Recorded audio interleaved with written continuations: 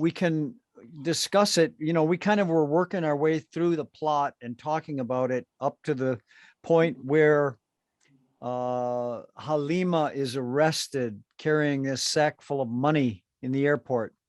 And that was up to about page 30. So, you know, the taking on the whole screenplay, 130 pages, no, 146 pages.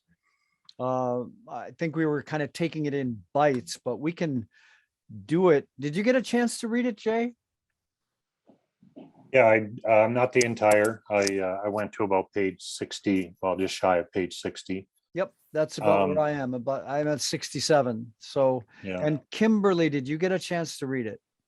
I read a lot of it. Yeah, I don't know what page, but yeah, I mean, Okay. I know what you're talking about, that scene that you're talking about. Got it. And Adriano couldn't log in, so you haven't read it. And Diana, you haven't read it, right? No, I haven't read it. And obviously Tejas hasn't read it either, right? Yeah. Yeah. Okay.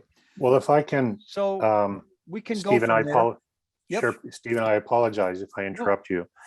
I've got a little video that I've got that it's actually relates directly to her script or some critiques that I have of her script. Excellent. Okay. Screen sharing is Okay. enabled, so you can play it if you like. Sure.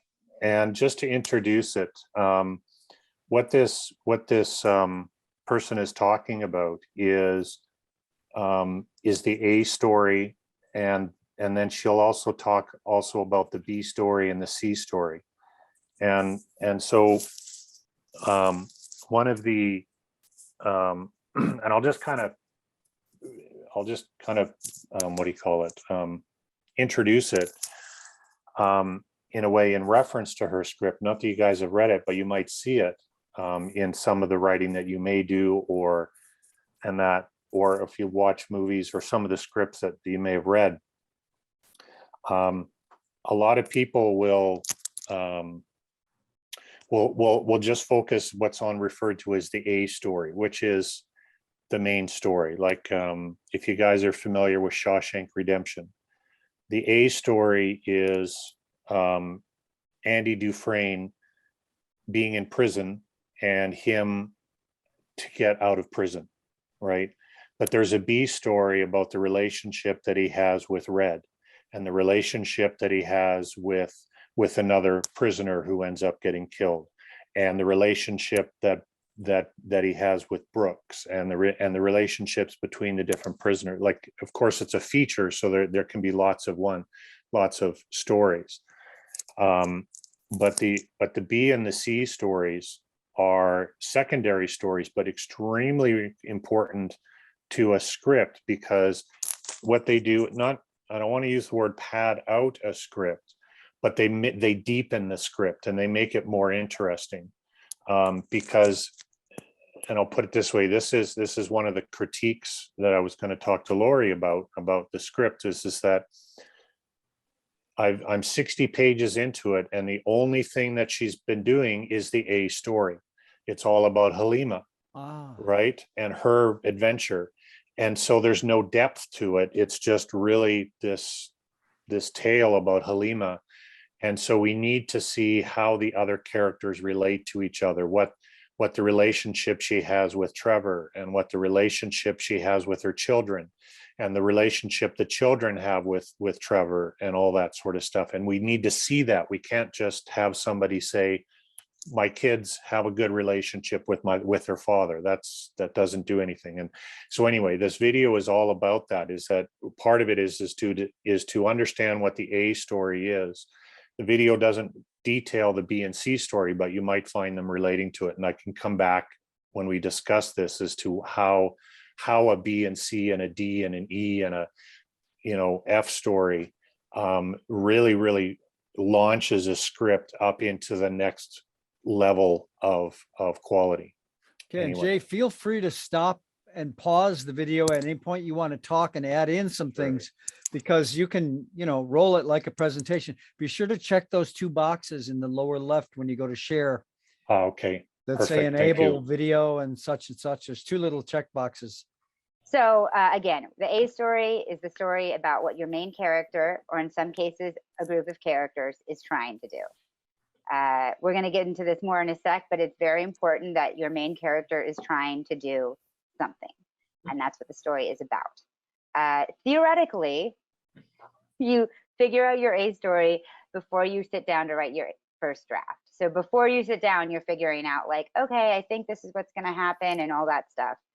But sometimes, and I want to emphasize, this happens with me most of the time, especially with pilots, a lot of the first draft is establishing the world and the characters and finding the voice of the show.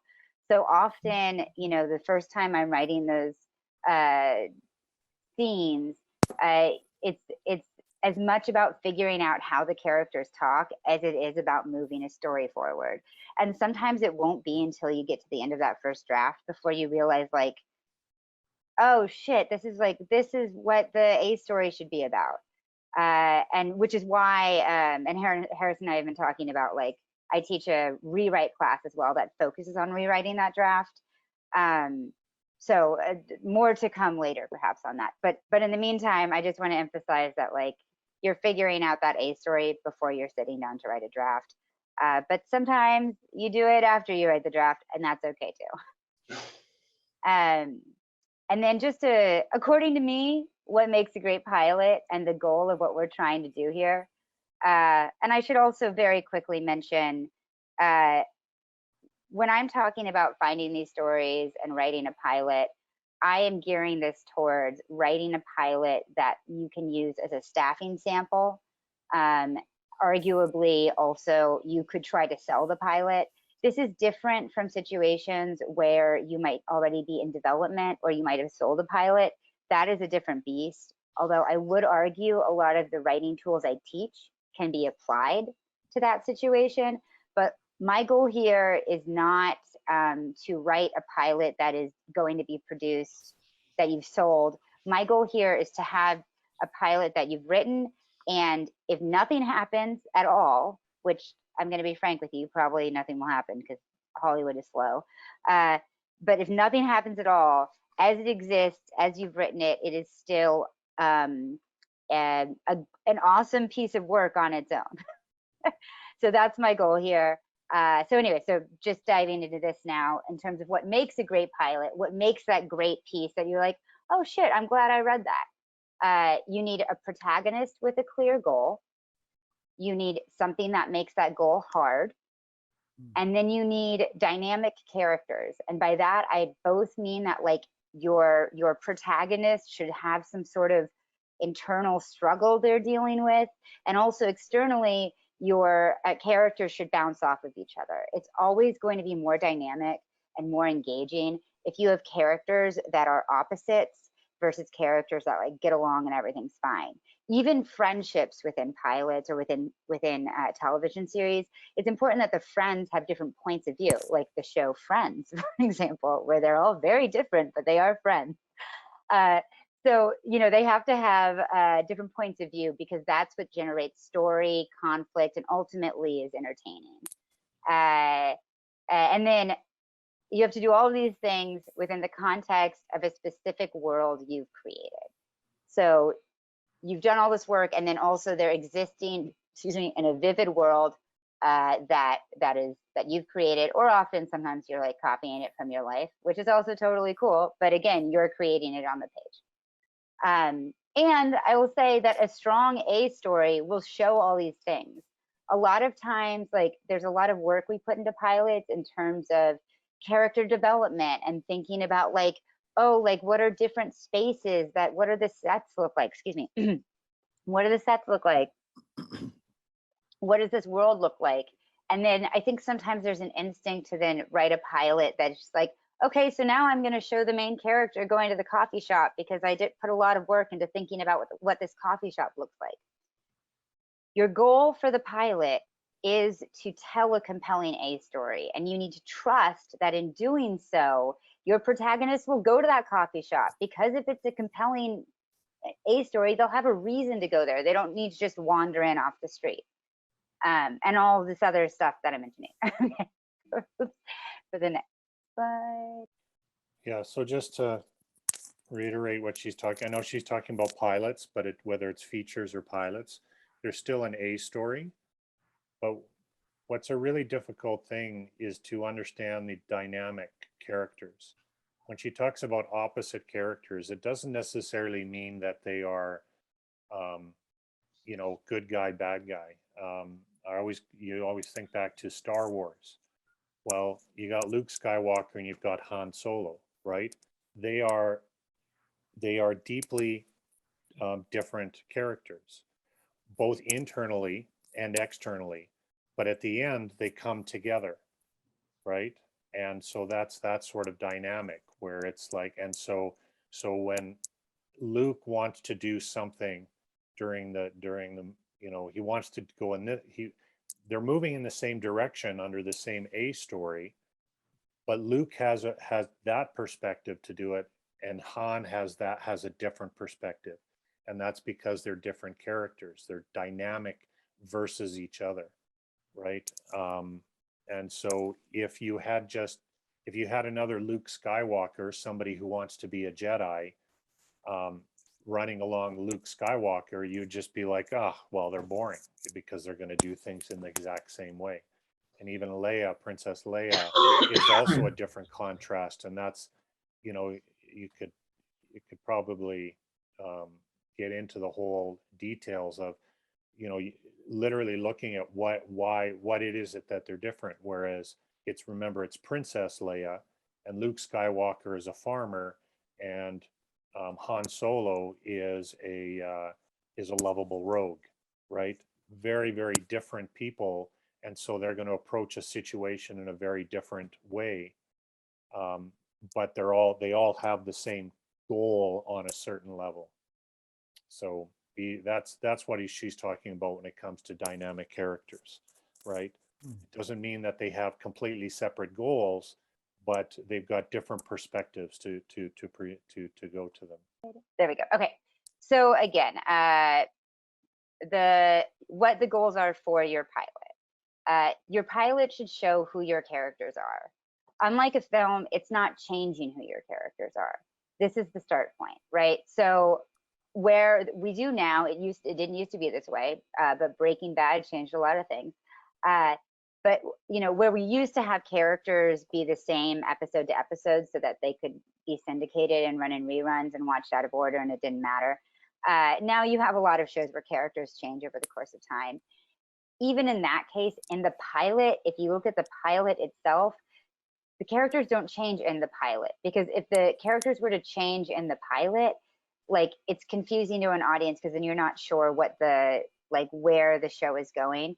You need to have a good sense of who they are, and then they can change slowly over time. But again, this is a starting point for the characters. And again, I want you to trust that in telling a story from your protagonist's point of view, you will reveal the world and other characters you've created. The reason that they're your protagonist, right? And we'll get into picking a protagonist, and if you what if I have an ensemble in a bit. But if you pick someone whose point of view you're accessing the show from, you're going to meet everybody from that point of view. The story will naturally, if it's a good fit for your show, it will naturally engage the other characters. And you have to write this, and this is what I was saying about how it's weird, how you have to be okay with nothing happening with the script while imagining that everything could happen with it. You have to write this as if it is the first episode in a television show, and also as if it will never get made. So what that means is, when you are writing this, when people read a spec pilot, they have expectations. I'm just going to bump forward through this a little bit.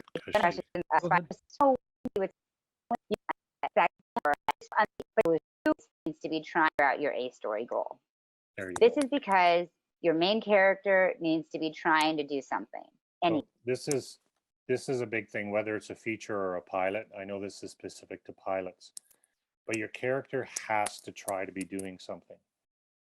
It doesn't necessarily mean that that goal can change, especially if it's in a feature, or it's usually the midpoint. A lot of features change that, but your character has to be moving towards something, and that's a really difficult thing to organize. And so anyway, I'll leave that. Anything in the pilot, it should be specific to the character, but it really can be very simple. Amy tells Jonah her name. Like, that's not a big goal, but it's a clear thing that Jonah is trying to achieve throughout the pilot. And I think, you know, again, especially as people are developing pilots, you get a lot of characters kind of like wandering through different places and meeting a lot of different people. And that's all great, and that's all world building. But if I'm reading a pilot, I need to see the main character try to do something. And what this does is it ensures that you have an active protagonist, which is more fun to watch than a passive protagonist. It's part of why villains are fun. We like know that they're trying to do something, and we see them try to do it. You're like, oh, like how satisfying. And it also, there's something else I was going to say, but it's not in my slide. It shows you have an active. I'll think of it later. Okay. And then the other thing about this, when you're thinking about these goals, your main character might have two different goals in the pilot.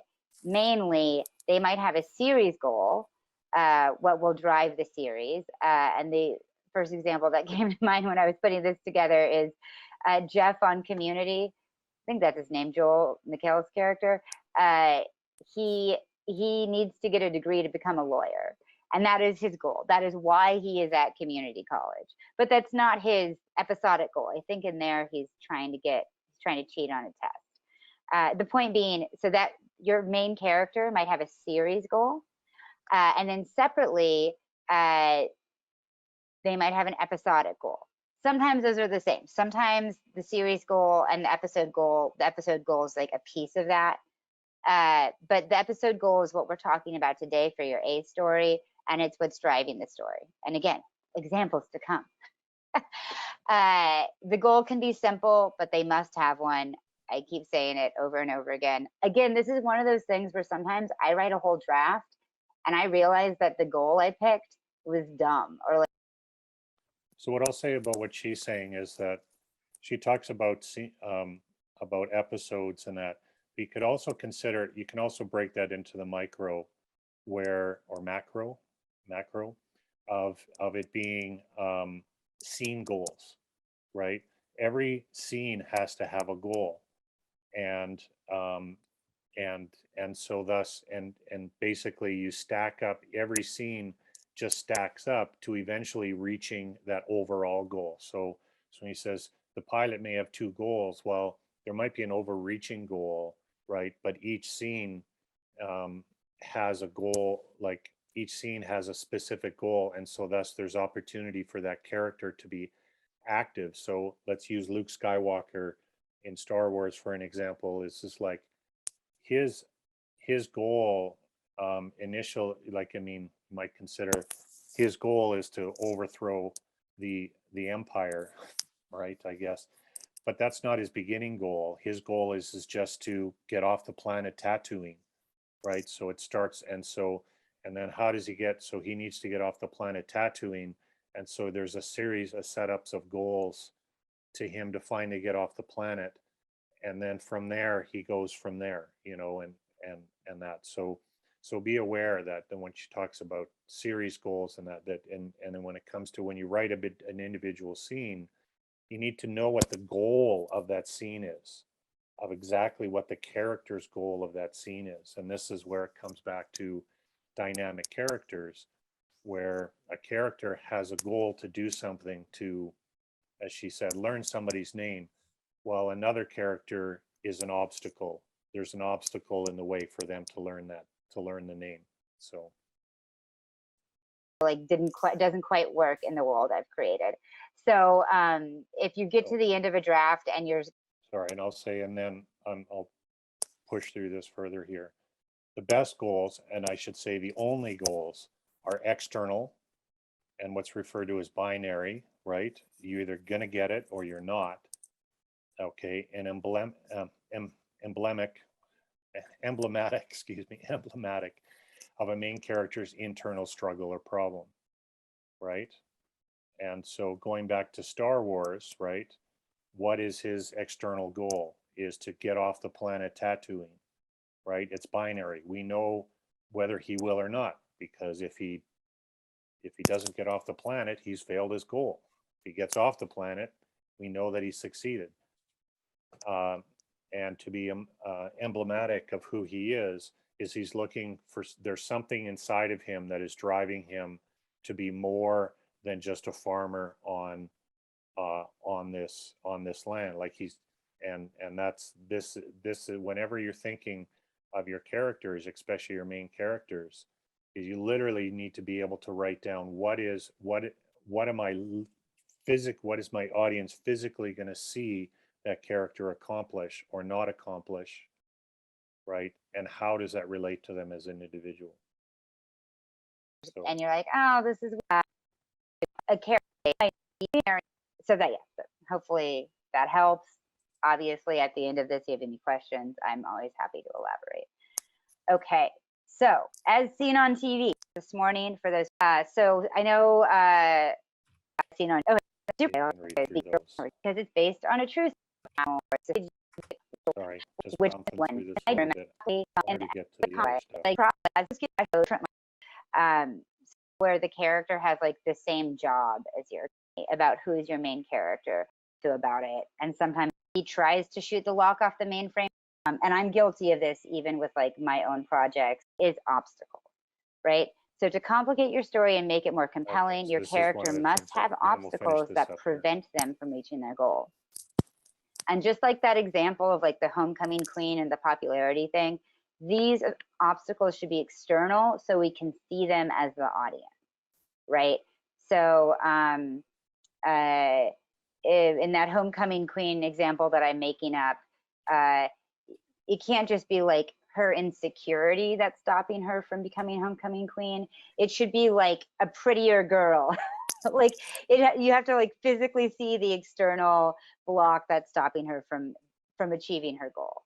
And as I'm saying right now, you can use other characters in your show as obstacles for your main character, like how in Archer most of his coworkers are obstacles to him getting into the mainframe.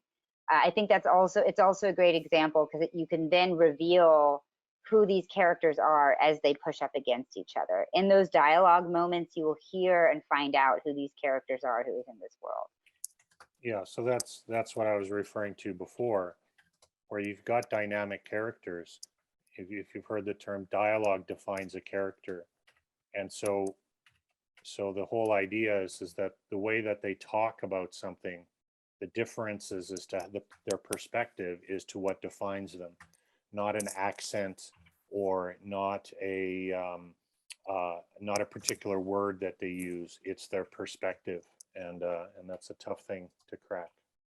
And actions your protagonist takes can be obstacles, like Jonah repricing the on sale items incorrectly. And that's often a really satisfying thing to do in a story, is to have your character take definite action. And it can even be action that we as the audience are like, oh shit, they're gonna do it. And then it like definitely backfires. That's very fun and horrible at the same time. So again, similar to figuring out your goals, I always encourage people to brainstorm this stuff. So there you go. I know it was just kind of a little bit quick and dark and dirty there and that sort of stuff, but she didn't talk a lot about the AU, even though she made reference to it, but I hope you understand where I was coming from. The A story is these goals, right? That and every character needs to have a goal. Well, your main protagonist, and in respect to Laurie's script, it's from my perspective, I find it very difficult to understand what her goals are, like, because everything seems to happen to her versus her taking positive action towards something, where and there's nothing wrong in having people do things to a main character that because they're living in their happy place and then something happens to them, but it needs to happen very quickly. And what I mean by that is that, and I'll put it this way, in respect to Laurie's script, we've got 60 pages, and I'd have to reread it, and I don't want to diminish what she's written by any means. But I'm 60 pages in, And really the only thing has happened is that she's been arrested and gotten out of jail, right? There's a lot of character stuff about her, but what what the what should be um, we that's where the B and the C stories fold into place. So I always kind of talk about it in a way like let's say you've got an A, B, and C story, and you can either have them run concurrent, the A story, and then but you actually need to make them mix together, right? And so she um, whereas we don't need to know all the details about her being arrested. We just need to know that she's being arrested and then her reaction to that. And so I'll just kind of, and so how that affects her kids, how that affects her relationship with Trevor, how that affects that relationship with everybody else, and what her reaction is to that, as compared to being a bit of a passive character where everything seems to be happening to her. By including a B and C and a D story, it allows you as a writer to be able to, once again, as I say, deepen the story so that so that you can get the main character, Halima, she will react to something, right? And and then we understand why she's reacting to it versus things happening to her. I know I'm not doing a very good job of describing it here. Oh, sure. I'll leave Yeah, it at you that. are, because we're halfway through the screenplay, you know? Yeah. And you're saying essentially we're halfway through the story and we don't have an A story yet. Yeah. Yeah. So, There's a lot of time spent getting her arrested and in jail and out of jail. Stephen, if it's okay, I'll just continue on. Yeah. I don't mean to. That's fine. Okay. Let me.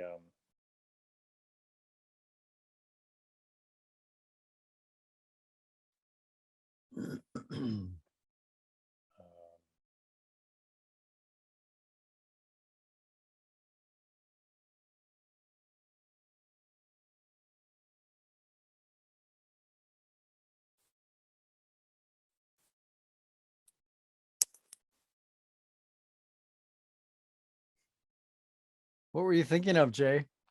I've got my notes, and I'll Oh, just kind of. okay.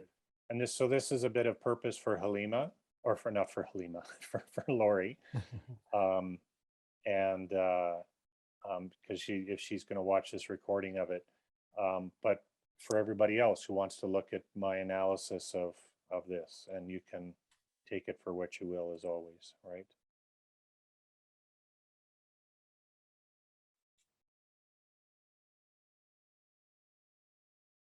Okay, so these are my little blue notes in here.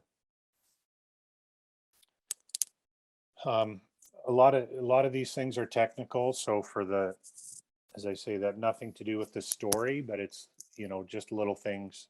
Right. Um, Editing notes. yeah, exactly. Like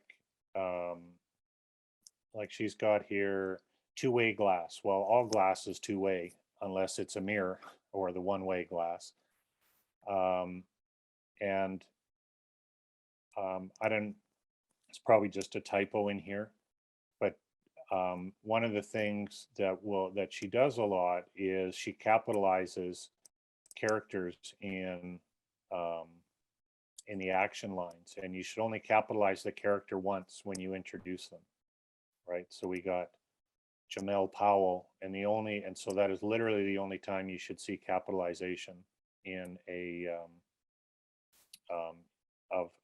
in an action line for that. Is the first time it appears? First time it appears, right? Okay. Yeah, and then just capitalize. So for example, the clerk here, you would write clerk, you might want to put age in here, but then as well, then if let's say you referred to the clerk later on, you would just capitalize. So it would be capital LERK, Right. and I wasn't too sure. Prisoner seemed like an outdated term. Do they even say inmate? I wasn't too sure about that. There's some technical detail stuff, or whatever you want to call it. So here,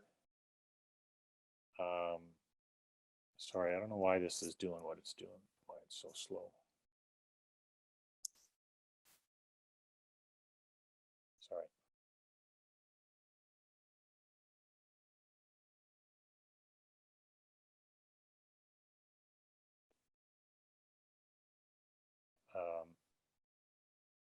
Come on. Sorry.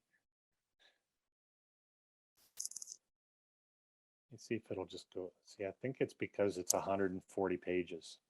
Anyway, see, she's got Halima, which we've seen from page 1, and she's still capitalizing this. And she also has puke here. It should just be, this should just be lowercase, but click is correct because it's a noise, Huh. right? So anytime, and even this has gone the way of, some people talk a bit of the way of the dodo, but this is onomatopoeia, and so onomatopoeia should really always be capitalized. Whereas if you're saying the sound of a motorcycle, now normally that would be sound of a motorcycle would be all capital or all caps. But as I say, people are back and forth, in my understanding anyway. People, if you just write sound of a motorcycle, people are recognizing it because we're becoming more so sophisticated or anyway. So then this was another issue that existed in here. He introduces himself and shows her his badge. So what exactly does that mean? Does he offer his hand? Like, is it a handshake? Is it a pat on the back? Does he wave? You know, like, or is he literally saying hello? Because then that would be dialogue that would need to be drawn out of there. Right. Right. So be aware that when you write these sort of things, right, that that it's something that's not just assumed. Like, sometimes you have to be very specific. But then as well, on a time-wise thing, why do you even need to say he introduces himself? You could just literally write, shows her his badge, Halima shows no reaction or no emotion, excuse me. Well, isn't showing her his badge his introduction? So it's almost a bit redundant, right? So I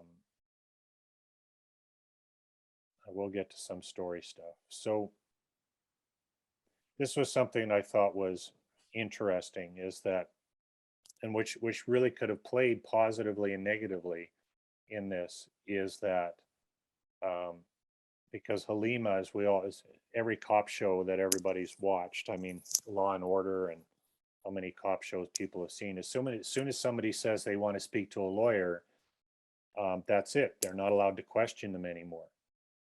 Whereas Halima here, I refuse until I speak, until I speak to my lawyer. But then the cops still talk to them, and she keeps talking to them. And so there's a disconnect there that exists. And what I'm saying now, this might be the way that she wants to do it. But in my perspective, is that because the audience are so sophisticated and there's so many cop shows out there, that something like this happens, and it pulls people out of that world because it seems odd, right? It seems, as soon as you say, I want to speak to my lawyer, and then the conversation continues, right? I mean, yeah, you could have Gonzalez say, if you're innocent, then why would you need a lawyer, right? What would a natural reaction for a strong character be? Would be to say nothing. I want to talk to my lawyer. I want to talk to my lawyer. I want to. But then the fact that she keeps talking here, Mhm. It's, to me, really took me out of that world, because to me, it didn't, the cop didn't react to her wanting to be a lawyer, and she didn't react to his refusal of it. I don't know if that makes sense, right? At least in that dialogue, they just kind of continued talking.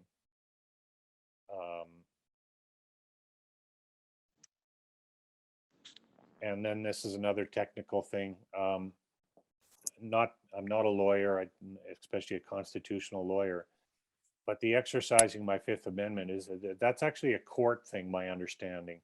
When you're compelled to testify, she's only been charged with something, or it hasn't even been charged yet. She's just being interviewed, so she doesn't have to say a word. She doesn't have to exercise her Fifth Amendment. The only time would be is that she would be, Fifth Amendment has to be where she is in court and somebody is saying, you have to tell us the truth, and she would say, you know, I I plead the fifth, or whatever it is, my Yep. self-incrimination. So this is part of the character, but as well, this is something to be aware of, to do research in certain things. That now, I don't know if I'm completely correct on this, right? But one of the best parts about today's is, how do you know that she might be using this in the right or the wrong way? Google, when can I use the Fifth Amendment? Yep. And that sort of stuff. And so a little bit of research can go a long way. Not that you want to get overly technical, but as I said, like when I read this, I was just like, I don't think that's right. And then so as a reader, it pulls me out of that, right? If that makes sense. This happens with science fiction a lot. When you're writing something that has scientific framework, you damn well better make sure the science is correct, because you can't have things happening that are impossible scientifically, because the first thing anybody with knowledge is going to say, you can't see that star from here, or whatever it is, that you screw up, and all of a sudden your readers drop right out. They go, oh, this person's just making shit up. It's Yeah. like, yeah. So this is some other technical stuff. Yeah, no, you're exactly right, Stephen. And what's interesting about that, though, is that you can break the laws of physics as long as people understand that those are the laws of your universe. Yeah. Like Star Trek, where it's like they say we're going to warp 10 or whatever it is, Yeah. and you just go, okay, great. No problem. I guess in that universe they can fly at warp 10. But then somebody says, well, I'm going to warp 11, and you're like, no. You're only allowed, I understand. Okay, I'm with you with warp 10, but warp 11, no, that's outside of your universe. And I know I'm being very facetious about, or but those are some of the things, is when you set the parameters for your world, then you need to explain that world and then stay within that world of it. Yeah. So this is a good use of the all caps. The phone rings several times, right? I'm back and forth on several, right? But use it. But of course, you wouldn't use all caps here. Then this is the other thing, is the use of we.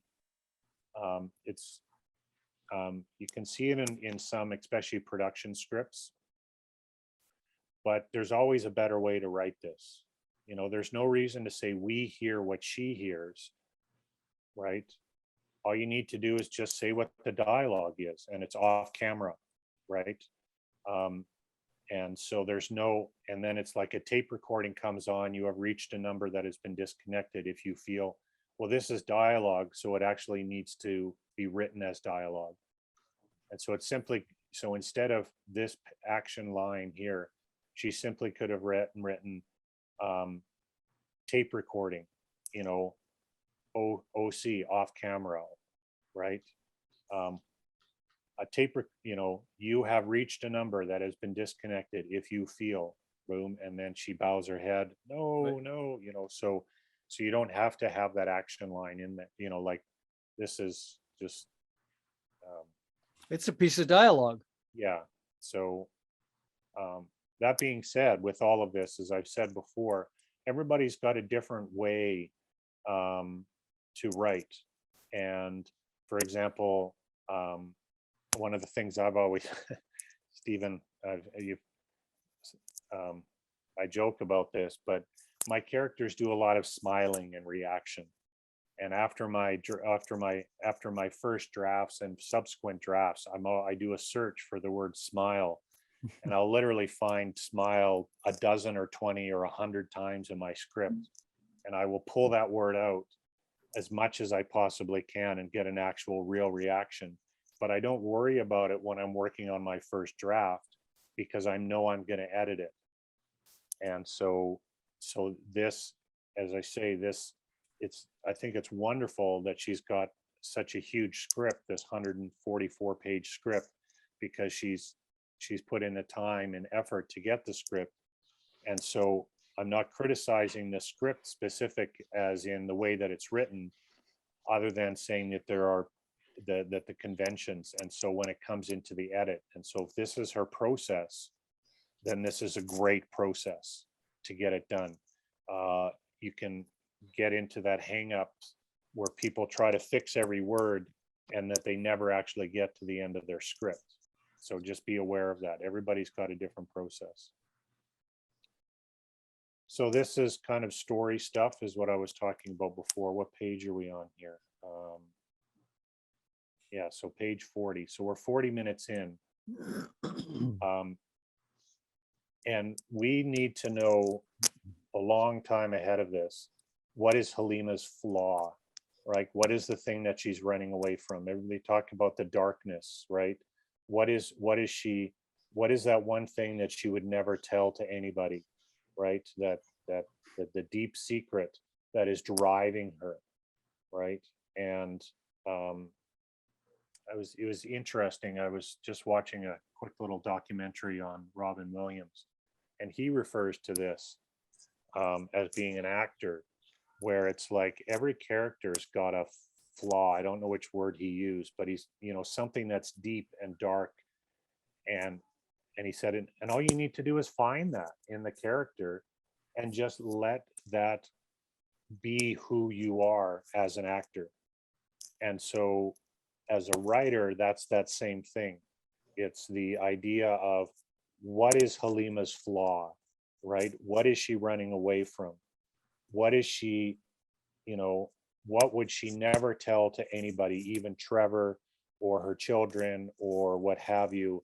And then that is the flaw that she needs to overcome at some point, usually near the end, the climax of the story, in order for her to be able to live a complete life.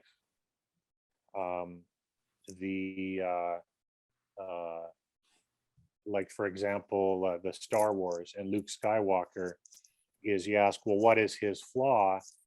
And it's a difficult one, but it's the idea that, like, I'm sure there's scholars stronger than me would know it, but I would say that his flaw is his belief in his in trust, right? He needs to trust himself. And so he spends the whole movie, not that he spends the whole movie running away from himself, but the whole thing is it's the fact that he doesn't feel that he is important, right, as an individual, and that drives him to do the things that he does. And it's not until he has trust in himself and trust in the Force and trust in things beyond him that he's able to let go and destroy the Death Star, right? And can have an entire, I'm sure there's been hours and hours of conversation and that sort of stuff. But that being said, is that a writer, that this flaw needs to be known by the audience relatively soon. And I'm not saying, and so how do you do that? How do you get your character to admit to something that they would never admit to anybody? And that's through subtext, and that's through the B stories, and through the C stories, and through the D stories, and the E stories, because this flaw is in every single one of those stories that Halima is in. And so when you see her in different situations, that flaw becomes apparent, right? You know, it's like, for example, to go back to Shawshank Redemption, what is the driving force behind Andy Dufresne, right? Now you might consider it a flaw or whichever way, you know, this darkness or what have you, but it's like he's hanging on to hope, right? And um and it's the fact that he looks at everything positively in this world of absolute negativity is to where why he is able to rise above. He is not destroyed by the prison. He is released by the prison. And especially when and you can get into all these sort of detail stuff. But at the beginning of the story, right, he was deeply imprisoned, I'll use the term, by the love and the infidelity of his wife, right? And his job and his world and so on. And it's the fact that, and at the end of the movie, he is released from that. He's no longer angry at the infidelity, angry at himself, angry at for the things that he did, because he admits at some point that he actually probably drove his wife away from him and all that sort of stuff. And so that is his, and so, but what's interesting is, and then I talk about that flaw or that hope, is we can see it in the way that he connects to all the different characters, right? And so that's the way to subtextually show what a character's flaw is at the beginning, you know, and it trickles down until the very moment where they literally have to deal with that flaw and move through it, right? That everything else has been stripped away and they finally have to deal with that flaw.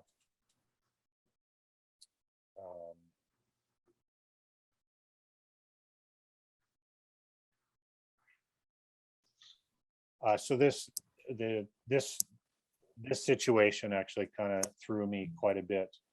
And this kind of goes into this sort of thing where everything kind of, it seems to be happening to Halima. She takes a shower, the water is ice cold. Why? Is our prison showers ice cold? Right? I don't think so. Like, I don't know. Is there a reason for it? That's what I'm talking about, is when you're specific about things, there needs to be a reason for it, or otherwise it pulls people out of the story, right?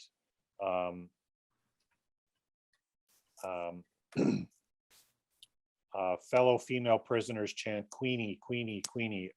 I was at, why? How do they know who she is? Like, what's going on here? I didn't quite understand the context of these. And then, of course, once again, I should say this should come out that should be written as dialogue.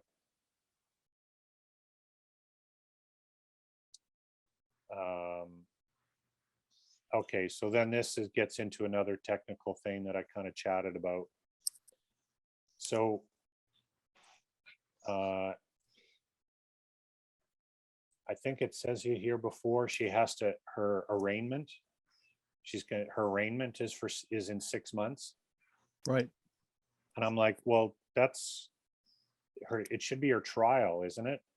Maybe I'll reference later, but it's like, because here she's in prison, you know, in general population prison, it seems like. And I'm like, but has she been prosecuted? Like, why doesn't she get bail? Like, why is she actually here? Like, now there may be reasons why, but none of it is explained. It seems like she was just kind of thrown into the prison and the doors were locked and everybody said, you know, like, and so there's great opportunity for her to be an active person, because yes, maybe they did throw her into general population and lock the door, but now she can become an active person of screaming and yelling, I want my lawyer, I want this, you know, I've got to get a hold of so and so and all that sort of thing. So Okay. just, and which can then answer a lot of these questions. That's all I'm coming back to, is just being aware that when you're writing a situation that that as soon as there's something that's strange about it, it can really pull people out of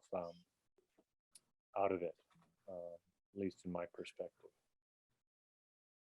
See, and here she's talking about lawyers again, right? Now, this is another thing. She's talking to Millicent. Millicent saying, I'll find the right lawyer. She's been in there for a long time. I don't know why the lawyer isn't there yet. But anyway, my point is here she's talking about how's my babies, right? So this is what I believe she is pushing towards as to what's really important to her. But we need to see this. It can't just be like, I want to be back with my children. We need to actually see this, how she is feeling about this.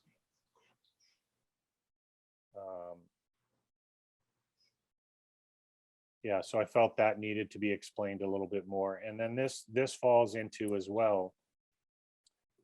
Be aware of these sort of action lines, and I refer to it as timing. Halima screams, the guards call the medical team. She is given a shot in the arm and carried out. So how long do you think that might take on camera? Right? Probably a good 10, 20 seconds. And so, but it's all written in one line here.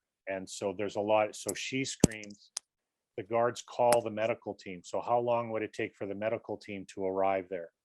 They're not going to be there instantly, right? She's given a shot in the arm and then carried out. So be aware of these sort of things where the time doesn't make sense for a single line. You know, where it could be that Halima screams. Now, if the medical team was there, Halima screams, the medical team gives her a shot, and then she's carried out, works. But the fact that it's like the guards call the medical team, there's time that's required for them to get there. As I say, but don't let, these are just edit stuff. Didn't understand why they put her in solitary confinement. The typo here.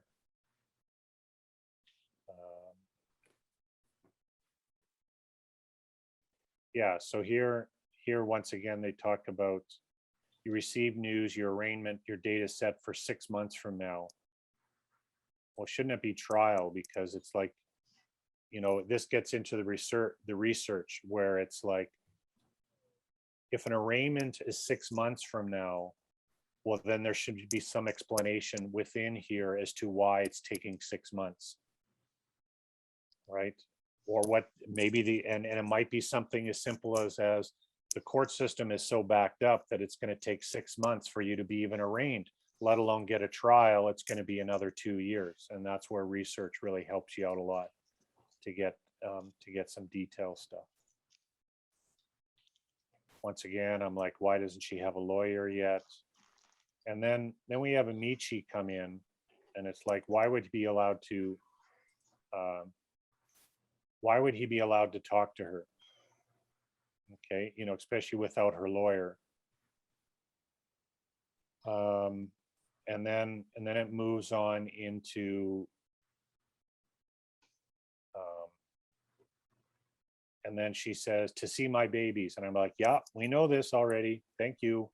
So she keeps repeating it, but there's no emotional connection to it for me anyway. I was wondering how she could be wired, like why Amici would be thinking about it. Because a lot of these things, that's where you move into setups and payoffs, right? Which is another topic. So I wrote some things on the side here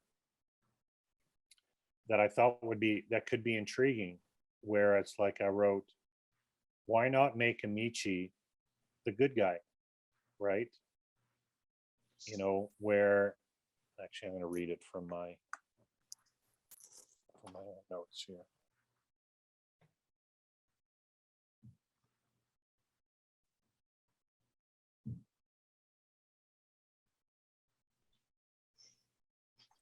So it's like, why not make Amici the good guy to deepen his connection to the, you know, It would deepen his connection to the pharmaceutical company. You know, his son or daughter or wife died from an overdose or increased the cost of the drug. So one of the aspects of the script that's going on is that Halima's husband and family own this big pharmaceutical company.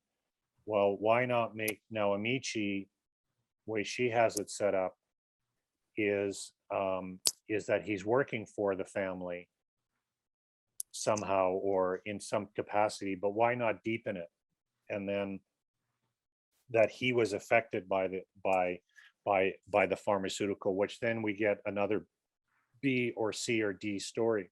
So now Amici himself has a story connected to the A story, outside of just being a henchman, right? I also had why is Trevor doing, and then I don't understand why Trevor is doing this to Halima. And then once again, as I wrote in here, this is all A story, bringing this forward and introduce other stories. So I'm pretty much done with that. I think I'm finished this. Yeah. Oh yeah, and this is another technical thing. Here Gonzalez is talking about court stuff, but this is not a police matter, and he's a policeman. This is actually a district attorney matter. The district attorney would be talking to her about it. So once again, as I say, just getting into research. And I was confused about that wire business also. How could she ever have a wire as a inmate in a prison? yeah, exactly. Where would Now, she get it? Who would equip her with such a thing? It made absolutely zero sense at all, Yeah. And that's what I'm saying is it could make sense, but it needs to be set up right. earlier where somebody is approaching her and Yep. saying, we need to know, something's going on, and you're going to be talking to the DA or something like that. And Yep. the DA is, or the police or whatever are corrupt, and we're going to need you to wear a wire. And she refuses. Yep. And then the person comes in, are you wearing a wire or what have you, or maybe she is, and there's those sort of stuff. But Well, and then it was another strange thing where I understand that the detective is a man and she is a woman, and they both agree to strip naked in front of each other in a private room in a jail. yeah, I mean, that would never happen. Never, ever. no, exactly. Unless it was set up. Guys, Go ahead, hello. Kim. So I do believe, only because I've been hearing this language, the verbiage of law. My son just finished Vermont law, so for 3 years he's been in and out of here. And I would just suggest maybe going over the verbiage of law. Or getting a person who is knowledgeable about law to review your script and give you some tips. Mm-hmm. I Get mean, a friend who's an attorney to look at it and say, could this Yeah. happen? right. Yeah. That's it. No, and that's exactly right. Like one of the best parts is, I know I'm all over the place here, but one of the best things you can do for your scripts is to do research on them. And what I find interesting, and it's really worked for me, because the more research that you do on something, the more you can twist the reality of it. And Yes. what I mean by that is that Safely. I've recently, one that I had a couple weeks ago is all about conspiracy theories, right? And I did a huge amount of research on the military and UFOs and all that sort of stuff. And I'm never, I should say, and what I'm saying is what it granted me is ideas in order to be able to present something which is a little bit different than possibly, hopefully, I don't know if I was successful or not, but that's the idea, is to present a different perspective than what is expected, you know. And so yeah, what's interesting here is that some of the stuff she talks about in here could be the truth, right? As in, this is the way that the prison system works there, but then that's something different. And then so that is an intriguing story for us to follow along. So why are they different? Are they being bribed by the pharmaceutical company? You know, are there local sheriffs who are on the take? Do you know what? And which layers this, and so it deepens the story. Now, if it's just a normal prison system, that's fine as well. But then that has to be very researched into what would be known as, yep, this makes sense. If that, I don't know if I'm saying that in the right way. Absolutely. Sure. Yep. And I'll finish by saying that she actually has a really good midpoint here, because she's out of prison, right? And so that's a good transition. So where now she can be much more active, her and Millicent, right? To find out why she was wrong. And so what's great about this is that the unfortunate and the good thing about it is that she's got a really good structure, in the way that she's got a midpoint where it's like the first half of the movie is her being prosecuted and pushed around by the powers that be, whether they're legal or financial, you know, by Trevor, by the farmers, by the family, and all that sort of stuff. And now, but at the midpoint, she just switches it around, and now she's the one who is driving towards the resolution. And but what needs to happen though in the first half is all of this A story that she has needs to be chopped up and shortened and cut down, so we can get the B, C's, and D's stories mixed in with it. So then when we get to the midpoint and we see her being active against everything, we know how bad Trevor is, how much influence is, what the police are doing, everything that's against her. Like we you know, it's kind of like going to the Star Wars sort of idea, where it's like, where when we're halfway through the movie, we know that the possibility of the small group of rebels and Luke Skywalker and Han Solo, no matter how plucky and strong-willed they are, there's no way they're going to defeat the Empire, right? And so we're going to watch them do everything they can to do it, but we don't know how, because this is the time at this midpoint is the point, in a sense, where the villain is the strongest, so to speak, you know, or at least we understand how big and strong the villain is. Anyway, sorry, I know I was babbling a lot about all that sort of stuff, but anyway. It's well documented and appreciated. Thank you Mhm. for the babbling, as you so unrightfully call it. But as I always say, though, that this is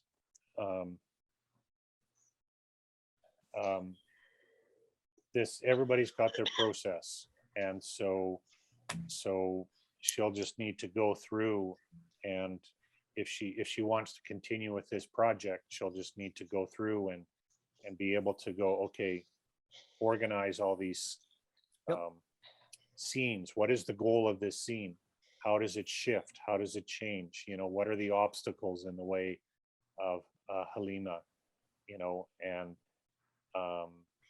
that's where these scripts can be very, very daunting, especially if you do a feature where you're looking at 100, 120 pages, and you're just like, oh my God, I can't believe, I don't know how I'm going to be able to write so much and so many goals and all that sort of stuff. But it's like, you know, it all comes down to 2 or 3 page edits and going, what is the goal of this scene and how does it relate to all the other stories? And that's where I come back to, once again, is that's what the best part about B's and C and D stories is, that's all the padding. but they're the interesting padding, and they're the deepening of the characters. It's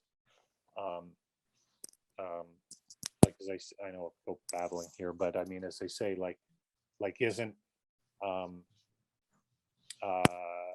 what's the other one? Jerry Maguire. You guys know the movie Jerry Maguire Oh, yeah. from a long time ago, right? The B story, the A story is him being successful, right? And the B story is the relationship that he has with, what's her name? Zellweger? Is that I can't remember anyway. Renee Zellweger. Renee Zellweger and that sort of stuff. And it's only because of the B story is to why the A story is successful. You know, and so there's such a deep satisfaction at the end of that every single story, and the story he has with Cuba Gooding Jr.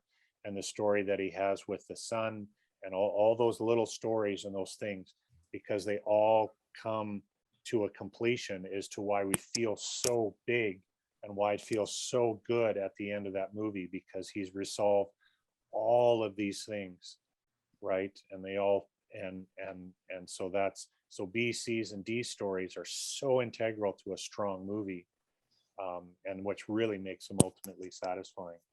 So I keep seeing this picture of a cathedral with these flying buttresses, and those are what support the cathedral central structure. And then there's all these buttresses around the outside, each one important to hold that together. yeah. Yeah. So when I think about I apologize. Lakshman, what do people call you? Yeah, you can call me Tejas. My first name is quite Tejas. long, so yeah. Okay, Tejas. But you talked about you were thinking a story of like a kind of an action adventure story, Yes. right? Of them looking for some jewels. Did I remember that correctly? I have not quite. I've been thinking about what the treasure must be, but I've not clearly decided on what it should be about. Yeah, and so the thing is as you're working through the story, that's where you can find what the A story is for them to find this treasure. But what does the treasure mean to each individual character? And then what is the each individual character's relation to the treasure? You know, and how Why the character needs to have that treasure, or why they have to, acquire that treasure? Why do they have to find it? Or right, and which that gets into their character flaw. Like one, and I'm just completely off the top of my head spitballing. One is because, I mean, it's a pretty classic one, and you've seen it in all the movies, is that because my father had been looking for the treasure, right? And I want to extend and I never knew him, and so I can only truly know my father unless if I find the treasure. God, how many movies has that been in? But but it's a good one. And or one where somebody is, or another character, because they want to be rich, because they're when they were a teenager, their girlfriend, the girl that they have that they were sweet on, didn't want to have anything to do with them because he came from the poor side of town, and another character, because of just the adventure of it, because he just needs to fulfill something within himself, and finding the deepening. But then what's so great about that is when you discover that of why each character needs that, then you find how the characters relate to each other, right? Right. And like go back to the Star Wars sort of thing, where it's like, they what did Han Solo need, right? Han Solo needed to find a purpose in life, right? Because he was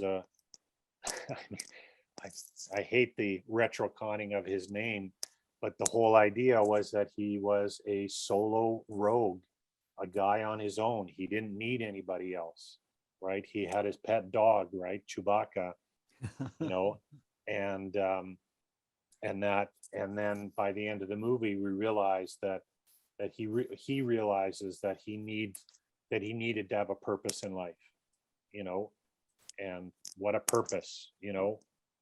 It was forced upon him, but he was willing to accept it. And Luke Skywalker was in search of a purpose, but he didn't know what it was, you know. And then Princess Leia, who had her purpose, didn't know how to resolve it. And and at the end, all these layers of stories and these characters all come together for the purpose of, yep, now we're all gonna, you know, to destroy the Empire. So